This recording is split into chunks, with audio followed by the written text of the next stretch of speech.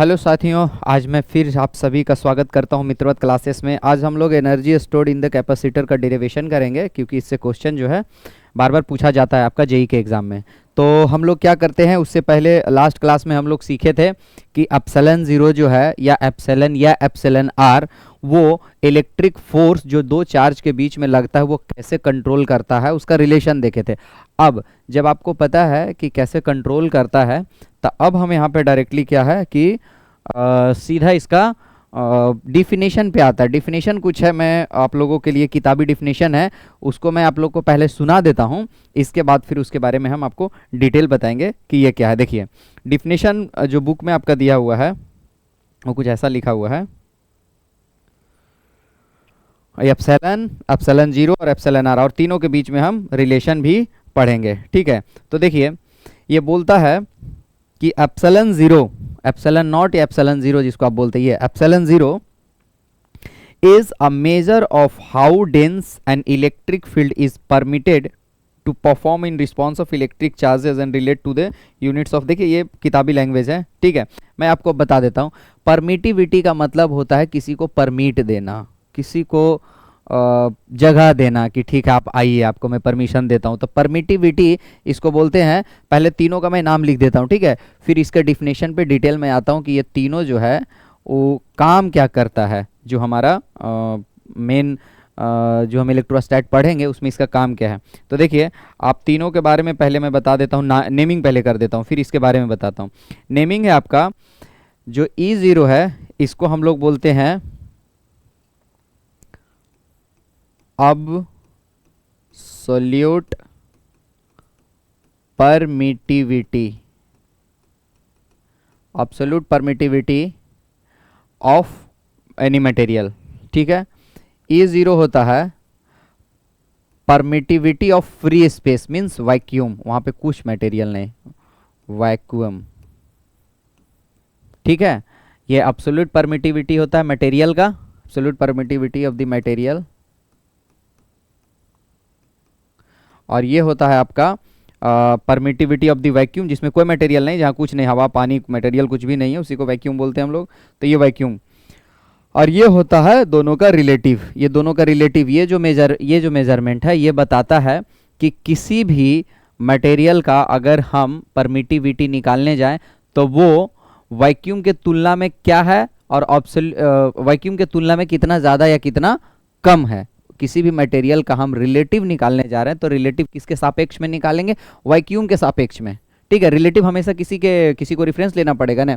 तो किसी मटेरियल का अगर हम रिलेटिव परमिटिविटी निकालने जाएंगे, रिलेटिव परमिटिविटी, तो किसके रिलेशन में निकालेंगे, वैक्यूम में। मतलब ऐसा होगा कि वैक्यूम में हमको पता होगा और पानी में निकालना होगा, वैक्यूम में हमको पता होगा और ट्रांसफार्मर ऑयल में हमको निकालना होगा, वैक्यूम में पता होगा, हमको किसी मिट्टी के अंदर रख देगा चार्ज, वहाँ का हमको निकालना पड़ेगा कि ये कितना परमिट करता है इलेक्ट्रिक फील्ड को अंदर में। ठीक है, तो देखिए परमिटिविटी, इसके बाद हम इसका डायमेंशन पे भी आते हैं। ठीक है, तो E0 हो गया absolute permittivity of material, sorry E, और E0 हो गया परमिटिविटी ऑफ फ्री स्पेस, और ER हो गया रिलेटिव परमिटिविटी। ठीक है, अब दोनों में रिलेशन ऐसा है कि आपका अगर किसी मटेरियल का अब्सोल्यूट परमिटिविटी निकालना है, अब्सोल्यूट, ठीक है, कि कितना है, तो आपका ये बताएगा E0 इंटू ER।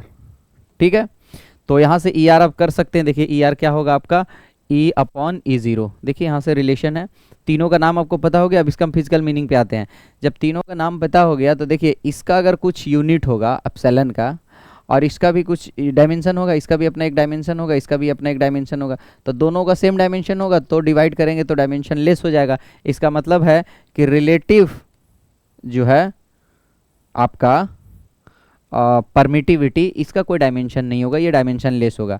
E0 का भी डायमेंशन होगा और E का भी डायमेंशन होगा, पर रिलेटिव का कोई डायमेंशन नहीं होगा। यहाँ तक क्लियर हो गया। अब देखिए आप आते हैं, ये बस नेमिंग था और ये रिलेशन था। अब हम बताते हैं कि क्या होता है परमिटिविटी। तो देखिए आप लोग अगर ध्यान से फोर्स को आप देखे होंगे तो क्या बताता है। देखिए परमिटिविटी से तो आपको पता चल रहा है कि किसी चीज़ का ये परमिशन दे रहा है। E0 क्या है, किसी चीज़ का परमिशन दे रहा है। किसको दे रहा है वो भी देख लेते हैं। देखिए ऐसा है कि हम लोग अगर फोर्स के बारे में बात करें तो फोर्स क्या था या इलेक्ट्रिक फील्ड क्या था, दोनों बात बराबर ही है, जस्ट हम 4 से डिवाइड कर देते थे। फोर्स अगर देखा जाए 1/4 pi epsilon 0 Q1 Q2 upon R square. ठीक है, अब देखिए अगर ये सब कांस्टेंट है हमारा तो देखिए फोर्स डिपेंड कर एप्सिलॉन 0 पे। तो अब बताइए दो चार्ज रखा है, इसमें कितना फोर्स है वो कंट्रोल E0 कर रहा है। इसका मतलब E0 ये बताता है कि भैया हम कितना फोर्स दोनों के बीच में लगने देंगे। अब इसको दूसरी तरीका से हम देखते हैं, एक चार्ज को नीचे ले आइए Q2 को, तो जैसे ही F अपॉन Q2 कीजिएगा तो क्या हो जाएगा, वो इलेक्ट्रिक फील्ड बन जाएगा। तब इलेक्ट्रिक फील्ड क्या हो जाएगा, 1/4 pi epsilon 0 into Q1 upon R square. एक और चीज़ बता देना चाहते हैं आप लोग को, बहुत बेसिक बात, कि किसी भी दो चार्ज के बीच में फोर्स लगता है वो बेसिकली इलेक्ट्रिक फील्ड सेटअप होता है तभी लगता है, बिना इलेक्ट्रिक फील्ड सेटअप हुए कभी भी फोर्स नहीं लग सकता है। तो फोर्स को छोड़ के हम लोग इलेक्ट्रिक फील्ड पे आते हैं, पहले इलेक्ट्रिक फील्ड सेटअप होता है तब फोर्स लगता है। ठीक है, तो इलेक्ट्रिक फील्ड पे ही आइए, फोर्स छोड़ दीजिए। तो इलेक्ट्रिक फील्ड देखिए किससे कंट्रोल हो रहा है, अगर एक मेरा चार्ज कांस्टेंट वैल्यू का है 5 कूलम का और दूरी 10 मीटर हो गया, तो ये दोनों कांस्टेंट हो गया, तो कौन कंट्रोल कर रहा है, एप्सिलॉन 0। इसका मतलब है कि एप्सिलॉन 0 बोलता है कि, और एप्सिलॉन 0 किस पे डिपेंड करता है, मटेरियल पे, वैक्यूम में रखा है या किसी मटेरियल में है या हवा में रखा हुआ है, उसी पे एप्सिलॉन 0 डिपेंड करता है, मीडियम पे। तो एप्सिलॉन 0 कहता है कि किसी भी चार्ज को आप कहीं रखिएगा तो इलेक्ट्रिक फील्ड कितना मजबूत होगा, कितना number of lines of forces वहां से निकलेगा, वो डिपेंड करेगा कि आप किस मटेरियल में रखे हैं इस चार्ज को। वैक्यूम में रखे हैं तो फिर वो इतना से अलाउ करेगा, परमिट करेगा। E0 का वैल्यू होता है 8.854, ये एक्सपेरिमेंटली है, 10⁻⁻12। इसका यूनिट जो है एप्सिलॉन का यूनिट क्या होगा आप यहाँ से देख सकते हैं, यहाँ से आप यूनिट भी निकाल सकते हैं, मैं यूनिट निकाल दूंगा अभी। ठीक है, इसका वैल्यू याद रखिए, अभी यूनिट हम कैलकुलेट करेंगे।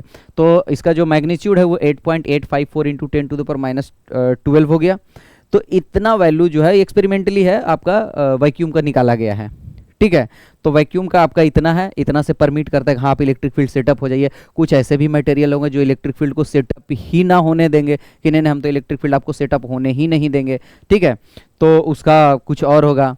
और फिर एयर है आपका, एयर बोलेगा हाँ हाँ ठीक है, आप हम आराम से एयर में अगर एक चार्ज रखा तो इलेक्ट्रिक फील्ड सेटअप हो जाइए। तो कितना ज़्यादा इलेक्ट्रिक फील्ड सेटअप होगा, कितना कम होगा, उसको कंट्रोल करता है एप्सिलॉन 0।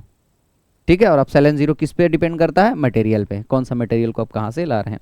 तो इतना आपका सब हो गया, ये कहानी खत्म। अब आ जाइए आपका इसका यूनिट पे। तो यूनिट कैसे निकालेंगे, आप यहाँ से आप लोग इतना आगे पढ़ लिए हैं तो आप लोग के लिए कुछ रहा यूनिट और डायमेंशन निकालना, कुछ भी नहीं रहा, एक लाइन का चीज़ है। देखिए कैसे, फोर्स का पता है न्यूटन, फोर्स का न्यूटन, वेरी गुड।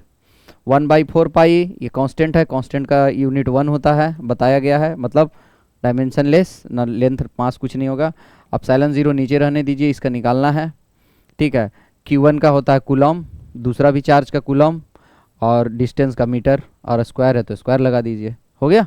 तो देखिए हाथ हो गया एप्सिलॉन 0, एप्सिलॉन 0 को इधर कर दीजिए।